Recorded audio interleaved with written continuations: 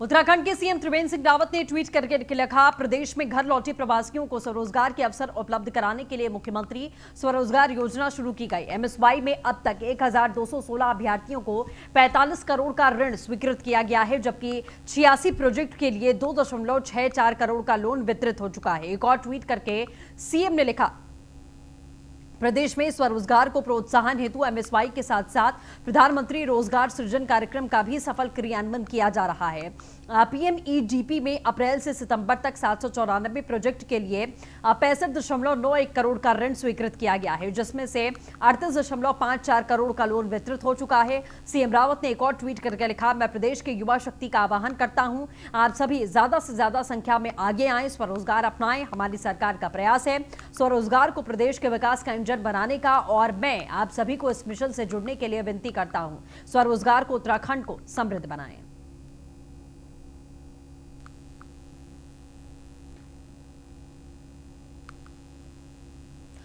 देहरादून में मुख्यमंत्री त्रिवेंद्र सिंह रावत की अध्यक्षता में सचिवालय में मुख्यमंत्री सलाहकार समूह की पहली बैठक आयोजित की गई। आपको बता दें, मुख्यमंत्री की अध्यक्षता में समूह में 13 सदस्य बनाए गए थे। राज्य में इनोवेशन और उद्यमिता को बढ़ावा देने के लिए उत्तराखंड सरकार ने स्टार्टअप, नवाचार और उद्यमिता पर मुख्यमंत्री सलाहकार समूह स्थापित किया।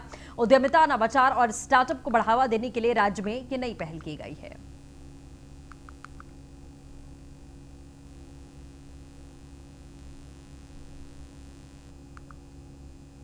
खबर देहरादून से, जहां उत्तराखंड में जनाधार तलाश रही आम आदमी पार्टी आप प्रदेश अध्यक्ष एसएस कालेर का बड़ा बयान, यूकेडी, कांग्रेस, बीजेपी सब एक जैसे ही हैं। आप जनसेवा कर रही है, आम जनता इसको समझ रही है। पार्टी में अन्य दलों का जो भी पदाधिकारी जुड़ रहा है उसका हम स्वागत करते हैं।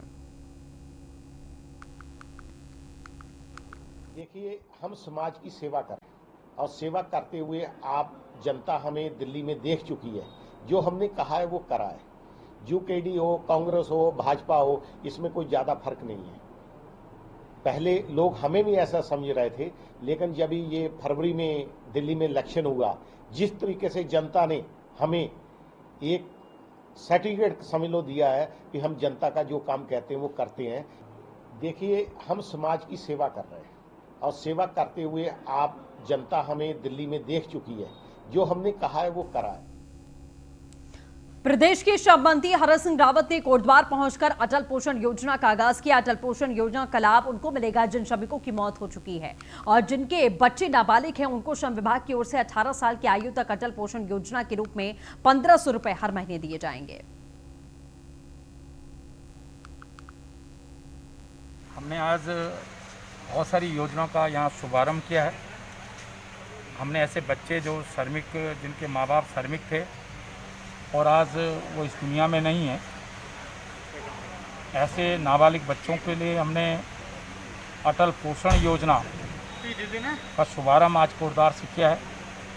और एक ऐसे बच्चे को जो जिसके माँ बाप श्रमिक थे और आज इस दुनिया में नहीं है, उसको आज हमने 1500 रुपया प्रति माह के हिसाब से अटल पोषण योजना का लाभ उसको दिया है। इसी तरह जिन की मृत्यु हो गई उनको 2,10,000 की सहायता हमने दी।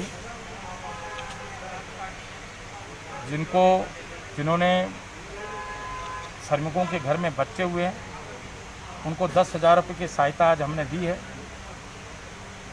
ऐसे लगभग जिन्होंने श्रम विभाग की ओर से श्रमिक की महिलाओं ने, पुत्रों ने प्रशिक्षण लिया था, ऐसे आज लगभग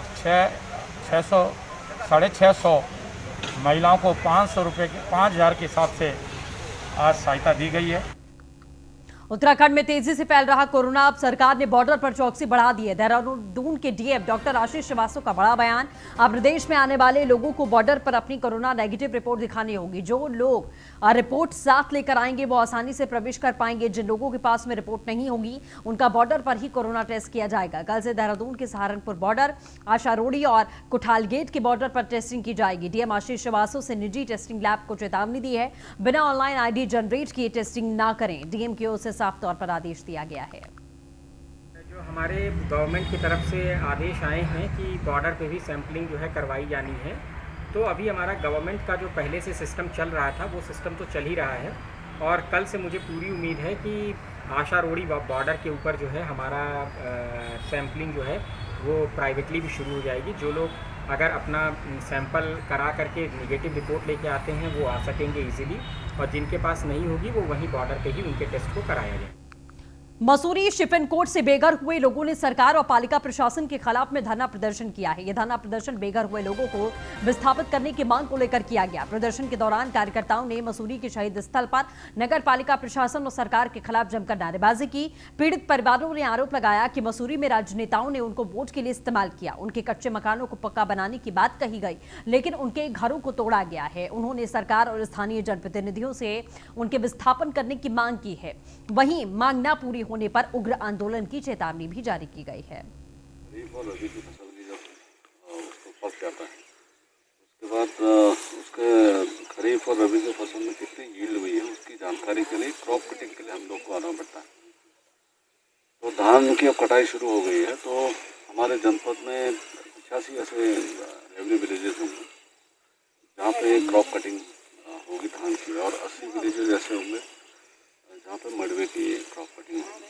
उसका एक सेट फार्मूला है कि 6 बाई 30 के घेरे में 30 स्क्वायर मीटर के अंदर जितनी भी फसल आती है उसी से यील्ड का पता चलता है। तो ये भी क्योंकि असिंचित क्षेत्र है तो इसमें लगभग 30 स्क्वायर मीटर में लगभग 4 किलो के करीब धान अभी वो आई है। तो कुल मिला के लगभग 13 क्विंटल के करीब 1 हेक्टेयर में इसकी पैदावार हम मानेंगे। नैनीताल आर्यभट्ट प्रेक्षण संस्थान में आज से 3 दिवसीय वेबिनार आयोजित किया जा रहा है। आपको बता दें जिसमें 8 देशों के वैज्ञानिक शामिल होंगे। स्थापित एसटी रडार स्थापित करने में 15 करोड़ की लागत आई है। आपको बता दें 8 साल पहले इस काम को शुरू किया गया था। एसटी रडार उच्च हिमालय के वायुमंडल में उठने वाले विक्षोभ का पूर्वानुमान लगाने में सक्षम है। 20 किलोमीटर की ऊंचाई तक हवा की गति, दिशा और नमी का भी आसानी से पता लगाया जा सकता है। निदेशक एरीज प्रोफेसर दीपांकर बनर्जी ने बताया कि एसटी रडार का ट्रायल सफल होना एरीज के लिए एक बड़ी उपलब्धता है। आर्यभट्ट प्रेक्षण संस्थान वैज्ञानिक वेबिनार हुआ। आज से 3 दिवसीय वेबिनार आयोजित। यहाँ पे इंटरनेशनली काफ़ी जगह से 150 के ऊपर लोग शामिल हो रहे हैं। मैंने रजिस्टर्ड पार्टिसिपेंट जैसा देखा है यूएस, कनाडा, हांगकांग, नेपाल, यहाँ से भी लोग पार्टिसिपेट कर रहे हैं। एरोसोल के ऊपर प्राइमरीली चर्चा होने वाला है। तो एरी से तो काफ़ी सारे एरोसोल का ऑब्जर्वेशन होता है एंड हमारे जो साइंटिस्ट है यहाँ पे ये एरोसोल के ऑब्जर्वेशंस इंडिया में बाकी जगह से भी कैसा होता है उसको भी ऊपर अध्ययन करते हैं। ऊंची रीजन में लद्दाख में भी जहाँ पे एरोसोल मेजरमेंट्स होता है, उसके साथ प्लेन्स में कैसा होता है, गैंजेटिक रीजन में कैसा होता है। तो ये एक्चुअली अच्छा मौका था। डॉक्टर अखिलेश गुप्ता डीएसटी से, वो ये सब्जेक्ट में भी स्पेशलिस्ट है, वो भी आज ज्वाइन किए थे। उन्होंने काफ़ी सारे सजेशंस भी दिए हैं कि आगे कैसे जाना है। हमको एरीज जो एक हिमालयन रीजन में एक इंस्टीट्यूट है, इसका फोकस क्या होना चाहिए, हाँ, यहाँ के कैसे ऑब्जर्वेशन कर सकता है। तो उसी के बारे में हम लोग यहाँ पे 3 दिन तक आलोचना करेंगे। यहाँ पे आगे बढ़ते हैं मसूरी शिपिंग कोच को लेकर ये खबर है। सीधे रुख करते हैं मसूरी का।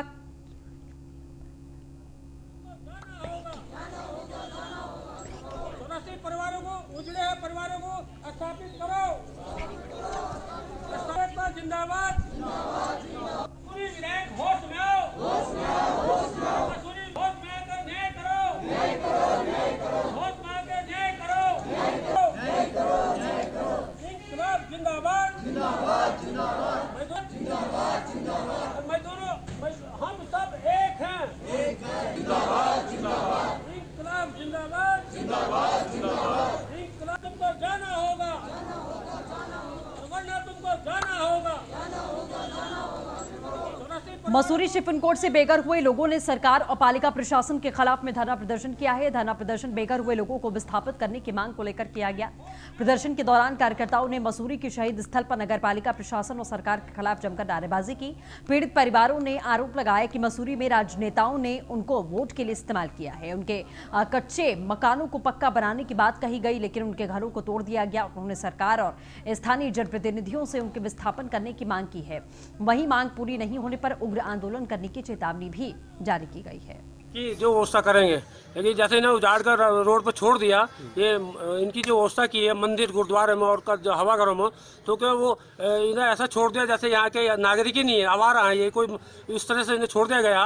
तो मेरा आपके माध्यम से सरकार से कहना है कि इनकी व्यवस्था की जाए। ये देश के नागरिक हैं, शहर के नागरिक हैं, और ये इनका परिवार, छोटे बच्चे हैं, महिलाएं हैं, ये तमाम बीमार भी हो गए हैं। इनके कुछ बच्चे बीमार हो गए, कुछ महिलाएं बीमार हुई, कुछ बुजुर्ग बीमार हो गए हैं, और स्थानीय शासन प्रशासन की सुध ले रहा। क्या रणनीति क्या है? रणनीति बताइए। हमारी रणनीति है, आज तो हमारा एक धरना है, लेकिन हम जो इस रेगुलर आगे बढ़ाएंगे।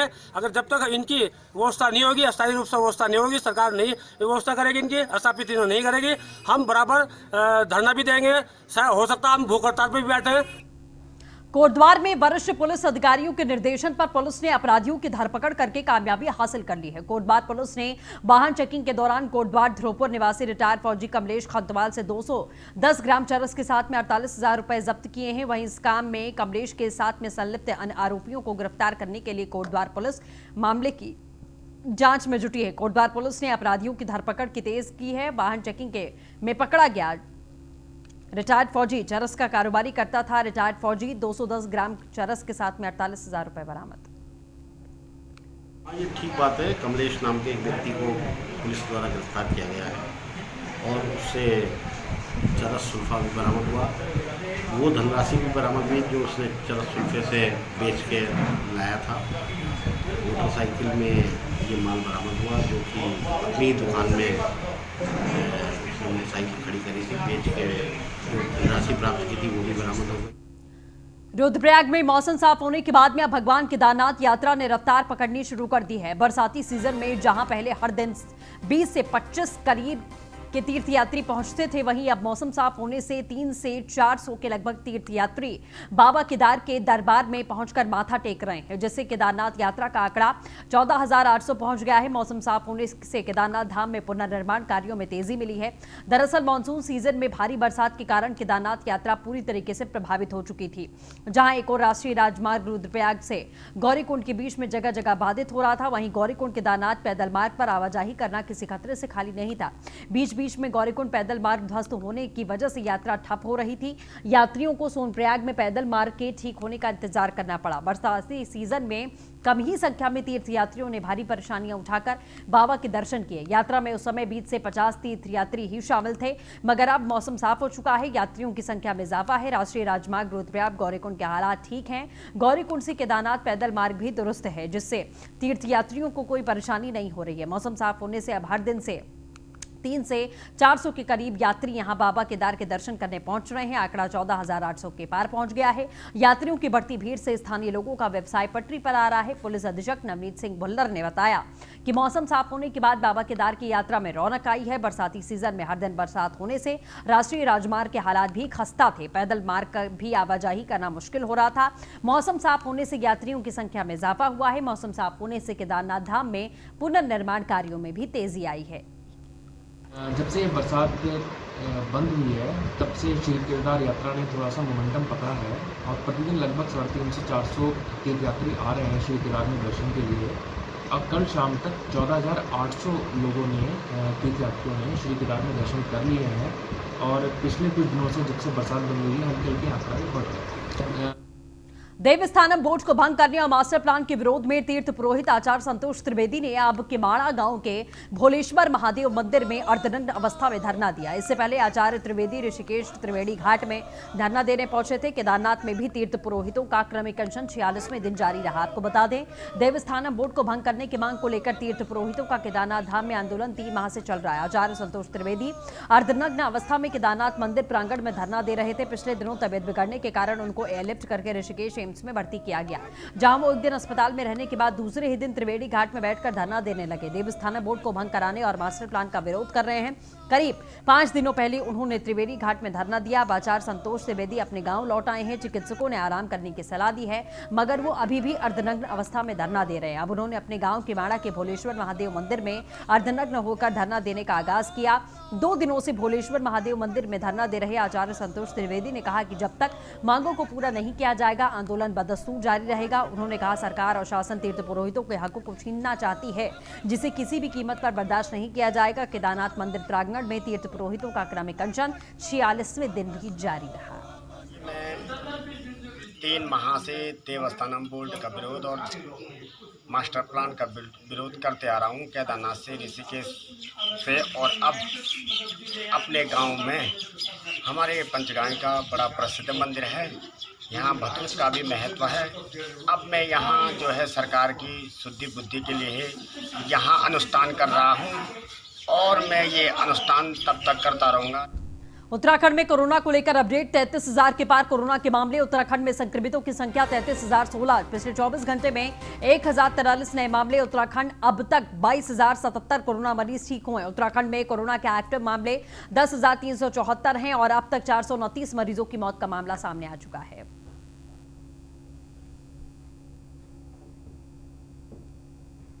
इस बुलेटिन में बस इतना ही। नमस्कार।